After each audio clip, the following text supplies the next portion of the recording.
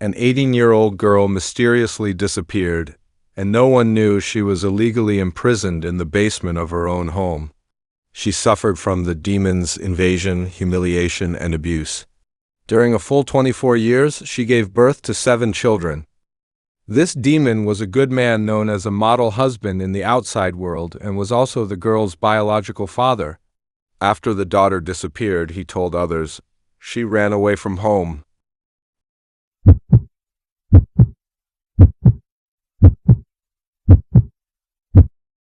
On April 19, 2008, in a small town in Austria, a girl with a pale face and a still bleeding tongue was lying at the door of the household. As people were discussing, the door suddenly opened and a man came out.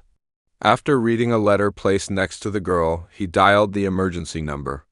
The person who made the call was Josef Fritzl, and the letter was written by his daughter Elizabeth, who had been missing for 24 years.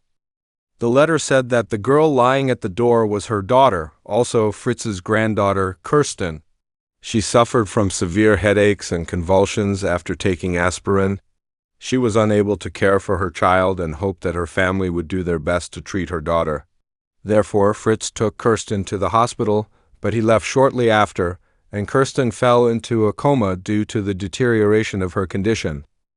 After the doctor's examination, it was found that she had a rare serious illness, and the next step of treatment could only be taken by finding the girl's mother.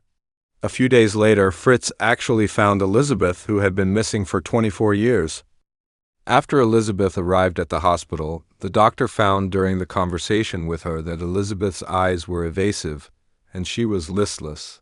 Most importantly, there were many traces of domestic violence and abuse on her body, so the doctor reported to the police without hesitation. So why was she, who had been missing for 24 years, easily found?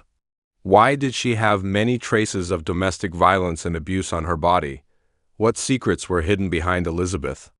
When the police first saw Elizabeth, they found that although she was only 42 years old, she looked like a 60-year-old woman who had just come out of a nursing home. She had severe symptoms of malnutrition, gray hair, and her skin was terrifyingly pale. When the police questioned her, Elizabeth's expression was very nervous and scared. Under the patient guidance of the police, she slowly stated where she lived. A week later, on April 26th, the Austrian police found the place she said according to Elizabeth's description. It was a small basement with a soundproof bunker and a small bathroom inside. It was not like a building above ground, but more like a prison. The ceiling of the basement was also very low, and anyone slightly taller would have difficulty standing upright. When the police asked her why she lived in such a place with layers of password doors outside, she was silent. Just as the police were about to temporarily give up the questioning, she suddenly made a request that she would never want to see her father Fritz again. After getting the police's promise, Elizabeth trembled and told the darkness hidden for 24 years, which was the Fritz case that shocked the world and occupied the headlines of major media around the world. Josef Fritzl was born in Austria in 1935. When he was very young, his father left his mother and him, took away all the family savings, and started a family with another woman. Fritz's mother could only make money by working as a maid, and the difficult life made her drink every day to relieve her worries. After drinking, she would scold Fritz, and over time, his psychology had become distorted. When Fritz was 18 years old, he locked his mother in the attic, bricked up the windows, and claimed that his mother had run away from home, which did not arouse the suspicion of the neighbors. Since then, Fritz has been violent towards his mother every day, giving back all the injuries he suffered in his childhood to his mother until she passed away. After that, he began to study hard and obtained a degree in architectural engineering. At the age of 21, Fritz met 17-year-old Rosemary, and they both fell in love. After getting married, they had 7 children.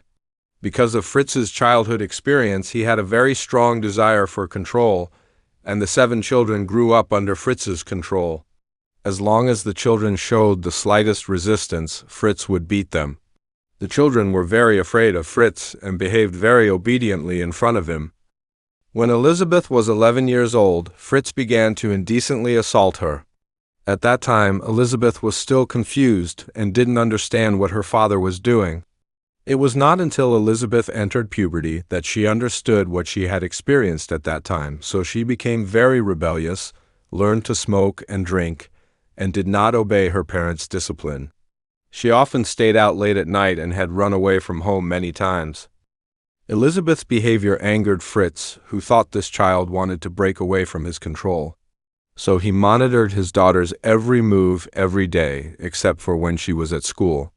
This made the originally lively and cheerful Elizabeth gradually become silent, and her smile became less and less. She was oppressed by her strong father. In 1983, in order to get rid of this life, Elizabeth ran away from home again with her good friend and came to Vienna. She naively thought she had gained freedom, but soon the police found her and sent her back home. Elizabeth's rebellion stimulated Fritz's stronger desire for control, and what she didn't expect was that her father was brewing a very terrible crime plan at this time. On August 28, 1984, Fritz planned to install a new door for the basement, but he couldn't move it by himself, so he asked 8-year-old Elizabeth to help him complete it. When Elizabeth helped her father fix the door in place and was about to leave, a towel soaked with ether covered her mouth and nose, and the poor Elizabeth was knocked unconscious. A few days later, Elizabeth's mother found that her daughter was missing.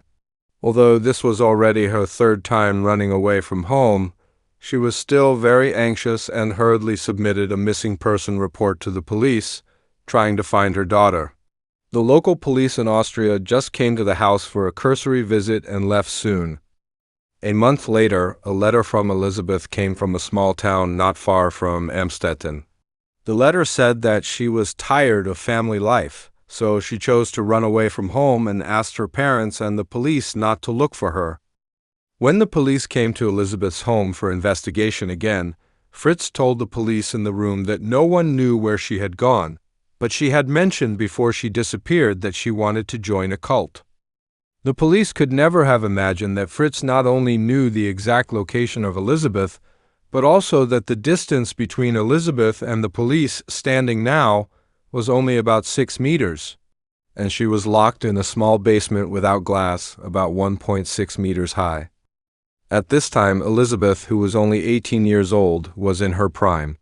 She should have had infinite beauty waiting for her, but when she woke up, she found herself in the basement with rats running around, dirty and narrow. When she wanted to run away, she found herself chained and could only move by the bed. Just when she was at a loss, she found her own biological father Fritz coming in. Fritz beat and violated Elizabeth. In the first 5 to 9 months, Elizabeth was shackled at the 4 corners with chains, and there were also chains around her waist. Fritz violated her frequently, on average once every 3 days. Even Fritz would show pornographic videos to Elizabeth and order her to imitate the actors in the video. And Fritz used sex toys in some long-term violent sexual acts, causing her serious injuries, but Elizabeth could not receive treatment. Soon, Elizabeth became pregnant. At her plea, Fritz threw a crumpled pregnancy guide to her. With her hands handcuffed and chains tied, she couldn't abort the fetus. She could only endure the pain that could tear a person apart on a dirty blanket and give birth to a baby. Fritz not only did not provide any help, but did not even give Elizabeth hot food, only leaving her scissors and diapers. At first, Elizabeth resisted, but later realized that resistance would only lead to more injuries, so she stopped resisting.